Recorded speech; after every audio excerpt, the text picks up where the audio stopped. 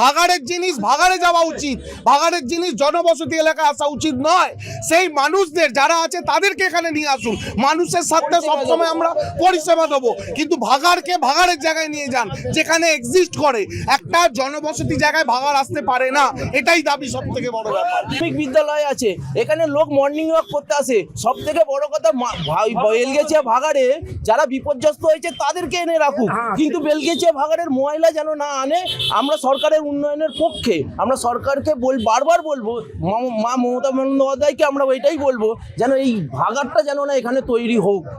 এখানকার মানুষ সবুজায়নে থাকতে ভালোবাসে, আর এখানকার মানুষ ভাগাড় দেখে বাড়ি করেনি, কিন্তু ওখানকার মানুষ ভাগাড় দেখে বসবাস করেছিল। এইখানকার মানুষ কিন্তু ভাগাড় দেখে জায়গা জমি কিনে বাড়ি করে নে বা ছেলে মেয়েকে স্কুলে ভর্তি করে নে। এই রাস্তায় এখানে ভ্যাটগুলো এমনি পরিষ্কার হয় না, কর্পোরেশন ফেলিওর আছে। সে জায়গায় আবার নতুন করে কি করে হয়, কি এখানে কাউন্সিলর ইলেকশন হচ্ছে না, তারপরে কি করে এখানে আবার নতুন করে ভাগাড়টাকে সৃষ্টি